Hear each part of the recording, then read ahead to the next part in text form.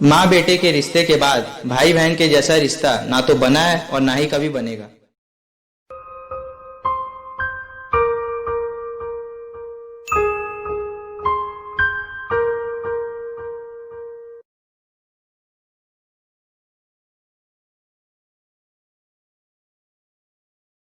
भाइयों और बहनों, इस कहानी को सुनने के बाद मुझे विश्वास है कि आप अपनी बहन की अहमियत को जरूर समझोगे और अगर बहनें देख रही हैं तो वे अपने भाई की अहमियत को जरूर समझेंगी।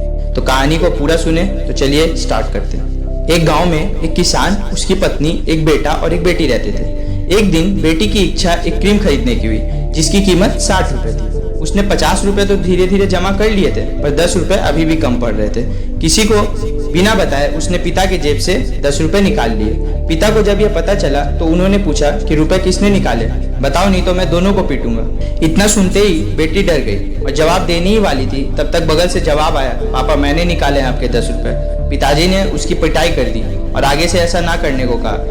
वह अपने कमरे में बैठकर रो रहा था। ऐसे में उसकी बहन आई। उसने फटाफट से अपने आंसू को पोंछा और अपनी बहन के सामने हंसने लगा। बहन ने पूछा कि तूने ऐसा क्यों कहा। वह बोला, याद है एक दिन ठंडी में जब हम दोनों स्कूल जा रहे थे तो मुझे अचानक से बहुत जोरों से ठंड लगने लगी और उस दिन मैंने जैकेट नहीं पहना था। तूने मुझे डांटा और फिर अपना जैकेट उतारकर मुझे दिया। फिर जब तू घर आई तू बीमार हो गई। उस दिन से ही मैंने ये चीज का निश्चय किया कि मैं अपनी बहन की हिफाजत मरते दम तक करूंगा। तू मान या ना मान, तू मेरे लिए मेरे जान से बढ़कर है। यह सब सुनकर बहन रोने लगी। भाई ने उसे जाकर शांत कराया और अलग अलग जोक मारकर हंसाने की कोशिश की। दोनों जन बड़े हुए। किसान एक दिन घर आया और रोता हुआ बोला कि अब मैं दोनों में से किसी एक जन की पढ़ाई करा सकता हूँ। भाई ने हंसते हुए बोला, पापा मैं पढ़ना ही नहीं चाहता, मेरा पढ़ाई में अब मन नहीं लगता, आप इसकी पढ़ाई करा दो।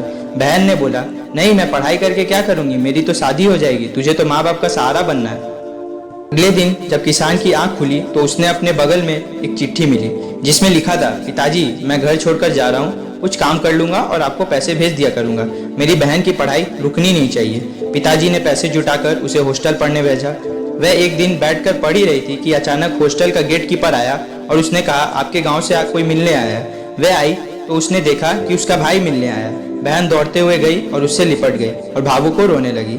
भाई ने हंसते हुए बोला, ये क्या, मैं तुझसे मिलने आया हूँ और तू मुझे देखकर रो रही है, रोना बंद कर नहीं तो मैं चला जाऊंगा। बहन ने फटाफट अपने आंसू को पोंछा और मुस्कुराने लगी। भाई ने हंसते हुए पूछा, कितने दिन से गोलगप्पे नहीं खाए। बहन बोली, बहुत दिन हो गए।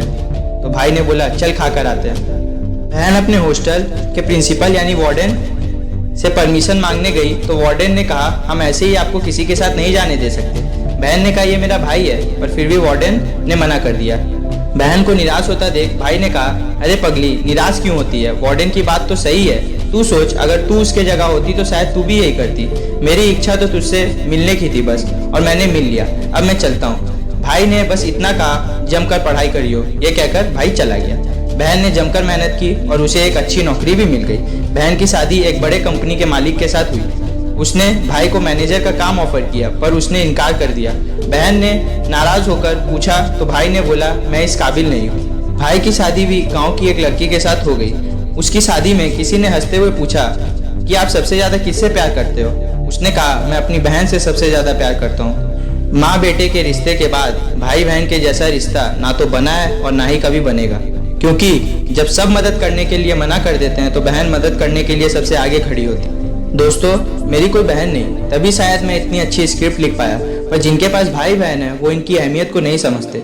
दोस्तों, इस कहानी के माध्यम से मैंने आपको भाई बहन के रिश्ते की अहमियत समझाना चाहा। अगर आप इस रिश्ते को समझते हैं तो मैं अपने आप को कामयाब मानूंगा।